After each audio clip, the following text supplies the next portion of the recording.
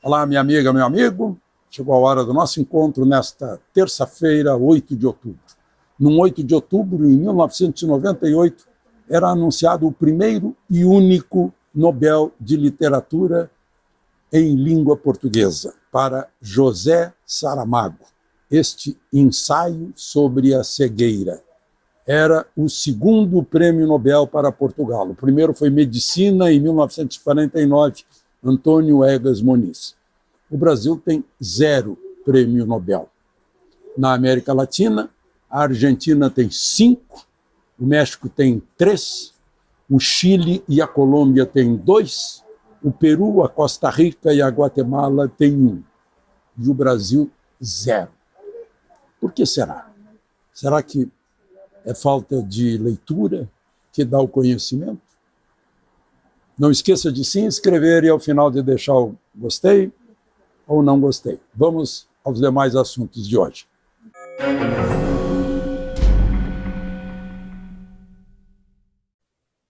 O X está de volta. Parece que estou vendo aquele filme que diz assim: qualquer semelhança com os personagens desse filme ou os fatos narrados será mera coincidência. Então eu quero dizer que é mera coincidência essa cronologia perfeita de cortar o X dia 30 de agosto, deixar o mês de setembro, o mês de campanha eleitoral sem o X, os últimos dias antes da eleição sem o X e retornar, não no day after, mas na terça-feira. Perfeito, mas é mera coincidência. Quase 22 milhões de brasileiros ficaram sem o debate, a troca de ideias, de opiniões, num momento importante como é o momento da decisão do voto. Isso enfraquece a campanha eleitoral, a discussão de ideias que enriquece sempre, né? Ideias contrárias que se choquem, a gente sempre busca a luz quando tem ponto e contraponto, né?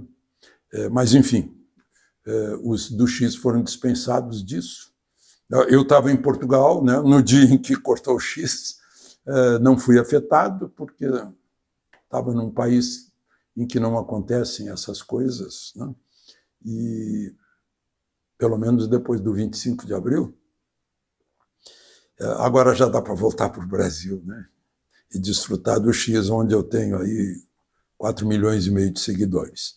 Mas é lamentável, né? Mas foi assim, foi tudo cronometrado. Pagaram as multas antes, mas não adiantou, porque teriam pago na mesma conta de depósitos judiciais, mas no mesmo ramo de instituição estatal, que era a Caixa Econômica, mas não era para outra instituição estatal, Banco do Brasil, mas tinha que ouvir depois a Procuradoria-Geral da República no day after, então deu certinho nessa terça-feira e o X está de volta. Eu ontem falei sobre por que, né, se a direita e centro-direita têm aí 2/3 do eleitorado versus 1/3 da esquerda, como demonstrou a eleição de domingo, como é que a esquerda elege o presidente da República e o centro-direita não? Eu disse, olha, muitas vezes é a divisão, divide et impera, como era o Império Romano, né? Dividia lá os adversários e aí se impunha em seu poder. Se a gente dividir 2/3 pela metade, nós vamos ter 3/3 iguais, né? Silas Malafaia, por exemplo, deu uma demonstração disso. Eu tinha citado exemplos, né? Que coisa difícil, agora no segundo turno vai ter direita versus direita, ou centro-direita versus direita, em muitas capitais, né? E Silas Malafaia criticou o Bolsonaro abertamente na rede social, dizendo que ele foi dúbio em São Paulo e Curitiba e que errou estupidamente, ou seja, foi estúpido no erro. Bolsonaro até que respondeu, dizendo que vai entrar de cabeça na eleição de São Paulo, do município de São Paulo, por Nunes, né, que não entrou antes porque estava avaliando se não seria prejudicial a entrada dele. Então, por quê? porque o Nunes tem como vice alguém do PL. Lá em Curitiba, o Eduardo Pimentel tem como vice alguém do PL. Né? E lá em Curitiba, lá em São Paulo, era Marçal é direita. O próprio Bolsonaro disse hoje, né? Marçal é direita, os votos de Marçal certamente vão migrar para o Nunes. Né? E aí já se viu Nicolas declarando voto para o Nunes, né? A candidata Marina declarando voto para o Nunes, né? A Tabata declarando voto para o Boulos, né? Segundo turno. Saíram assim os três mais ou menos empatados, estão discutindo ainda, porque não tem comprovante do voto, fica aquela dúvida. Mas, enfim, e lá em Curitiba, o Estadão está descobrindo Cristina Grêmio. Meu Deus, ela foi boicotada o tempo todo pela mídia, pelos seus colegas da mídia, né? Porque a Cristina é da Gazeta do Povo. Ela, inclusive, saiu da Gazeta do Povo para entrar em campanha eleitoral. Como o partido dela, o Partido da Mulher Brasileira, não tem nenhum representante no Congresso Nacional, não veio nenhum dinheiro dos nossos impostos para sustentar, pelo fundo eleitoral, a campanha dela. A campanha foi feita com doações ali mínimas, né? Então, sem mídia, sem nada, sem horário no rádio, na televisão, gente, ela praticamente empatou com alguém que já está na política há muito tempo, é neto do Paulo Pimentel, que já foi governador, né? E vai para o segundo turno. Eu vi que o Estadão disse que ela é apoiada pelo Deltan Dallagnol, pelo Nicolas, pelo Rodrigo Constantino e pelo Alexandre Garcia, né? Bom, vamos em frente aí. Falando nisso, né? A gente fala aí dos vencedores.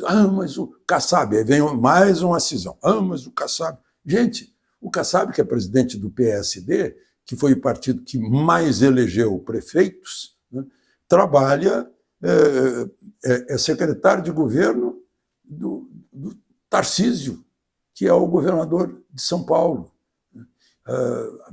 Aí já começa aquela fofoca para cindir, para dividir, né? Inclusive a mídia estimula isso. O outro partido, né? Goiânia, né? Tá? Bolsonaro versus Caiado. O Caiado com a União Brasil, o Bolsonaro com o PL. Lá na Bahia, União Brasil, que era o PFL, que era o DEM, né? Tá lá com a ACM Neto, ganhando do Lula e do Rui Costa, ex-governador. Nas principais cidades, a maioria votou a favor. O PT, pouquíssimo desempenho na Bahia também. Veja um outro caso aí. Os mais votados, né? O Lucas Pavanato, 26 anos, brilhando nas redes sociais, foi o vereador mais votado do Brasil, em São Paulo, PL. Vereador mais votado do Rio de Janeiro, mais uma vez, Carlos Bolsonaro, supera seu próprio recorde. E eu lembrei ontem que lá em Balneário Camboriú surgiu mais um filho do Bolsonaro, o Jair Renan, que foi o vereador mais votado. Agora, por outro lado, que quer substituir o Pacheco, né, lá no Senado, quer voltar a ser o presidente do Senado, ele não conseguiu Alcolumbre, né? Ele não conseguiu eleger o irmão dele vereador, lá no Amapá. O Lula gravou um vídeo para o genro dele, em Sergipe, em Barra dos Coqueiros. O candidato a prefeito ficou com 3, qualquer coisa de votos, enquanto o eleito fez 11.817 votos do PSD, o Danilo do Lula, genro do Lula, fez 781 votos. O vídeo com o sogro parece que só atrapalhou, não ajudou, lá em Sergipe. Se a gente olhar as prefeituras, o PL fez 509 prefeituras e o PT fez menos da metade disso, 249 prefeituras. Agora, vocês dirão, né? O PL teve mais votos, o PSD teve mais prefeituras, o MDB teve mais vereadores e o PT ficou lá em sexto, sétimo lugar em tudo isso.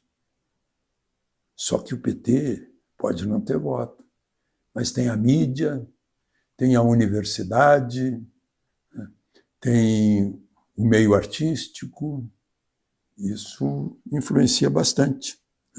Tem as artes. Uma pessoa importante no PT, tanto que ele estava no 4º mandato de prefeito de Araraquara, o Edinho. Edinho é importante no PT. Tem muita gente que acha que ele vai ser o sucessor de Lula, mas ele não conseguiu eleger a sucessora. A sucessora era a secretária da Saúde, uma enfermeira, o nome dela Eliana Ronaim. Perdeu para o candidato do PL, o doutor Lapena, que é médico. Só para lembrar, né? Araraquara fez aquele lockout, em vez de distribuir vermectina, teria outro resultado. Mas prendeu aquela senhora na praça, né?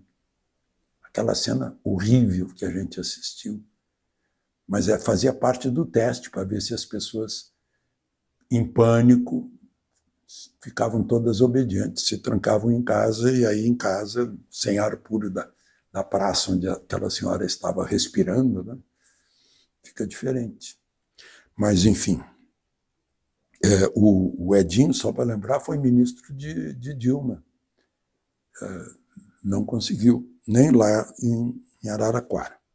Enfim, são um pouquinho mais de análise de eleição. Essa semana ainda vai se falar bastante. É interessante que a gente olha a agência oficial, que falou muito de eleição antes, não está falando nada agora. Esse silêncio é significativo, é o reconhecimento de que o resultado não foi bom para o governo. E vai se refletir, né, embora o governo negue, em 2026. De Lisboa, Alexandre Garcia.